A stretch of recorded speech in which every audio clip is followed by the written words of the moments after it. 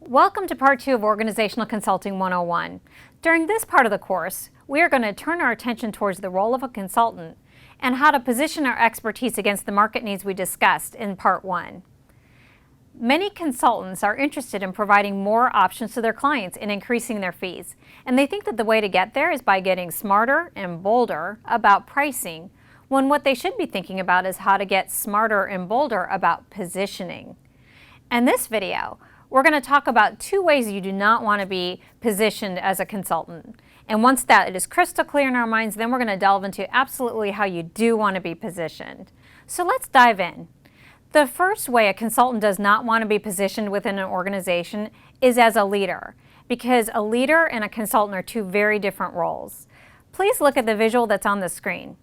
A leader is the one who's accountable for leading organizational improvement projects. A consultant, on the other hand, is the one that frames the problems that the leader is accountable for solving, and this distinction is critical. Surrogate leadership may seem more efficient to you and to your clients in the short run, but in the long run, this positioning is partly why consultants often get a bad rap. Some consultants come in, drop a bomb, and then leave the organization without increasing leadership and organizational capacity to deal with the problem. Surrogate leadership is a huge temptation, especially for those who've been in successful leadership roles in the past. And the problem is that when you become a consultant, you have a brand new role. And if you are a surrogate leader, you completely lose your objectivity. It doesn't take long until you also can't see the forest from the trees. So let me tell you about John, a former pilot turned marketing consultant who struggled with staying out of the surrogate leadership pit. When I first met him, he was basing his entire pricing model on how much revenue his clients were achieving.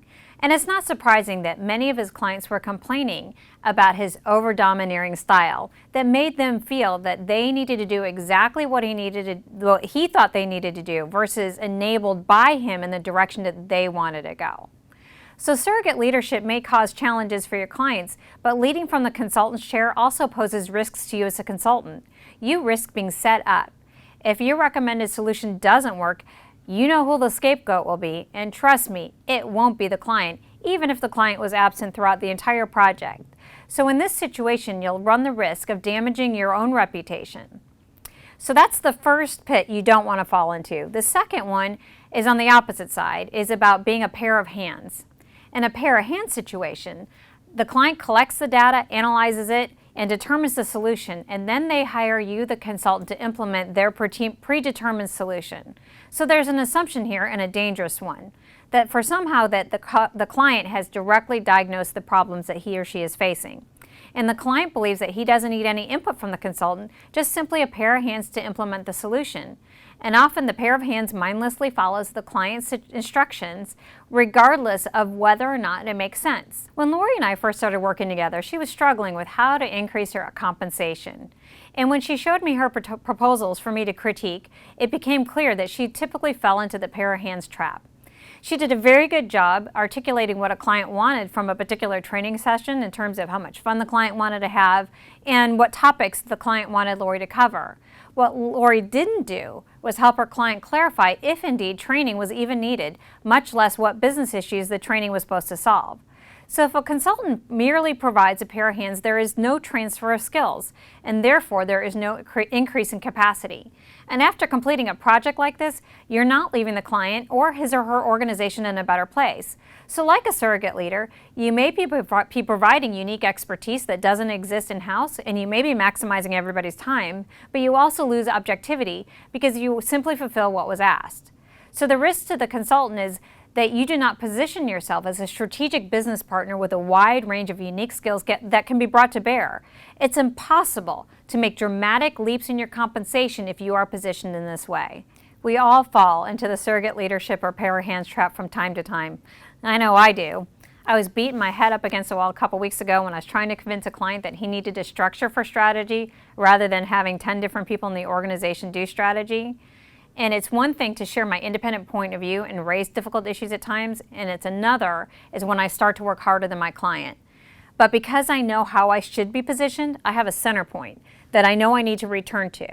So that's what this goal of this particular video is, help you see where your center point is. So now let's turn our attention to how a consultant should be positioned. The proper consultant-client positioning is peer-to-peer. You are not above the client, as in the surrogate leadership trap, and you're not below the client, as in the pair of hands trap. The consultant should be positioned as an equal peer-to-peer with complementary skill sets that enables the leader to better fulfill their responsibilities. And with this positioning, you provide unique expertise and you will still maximize everybody's time, but you will maintain your objectivity and your independent point of view. And asking and maintaining your independent point of view is what keeps you out of either one of those traps. And staying objective is what your client needs from you, and it gives you the ability to raise those difficult issues that leads to the solutions that enhance the leadership and organizational capacity. So in short, as a consultant, if you don't set the agenda, you help your leader set their agenda. You frame the problem, but they're responsible for the solution. It's their responsibility to deliver the results. It's their job, not yours.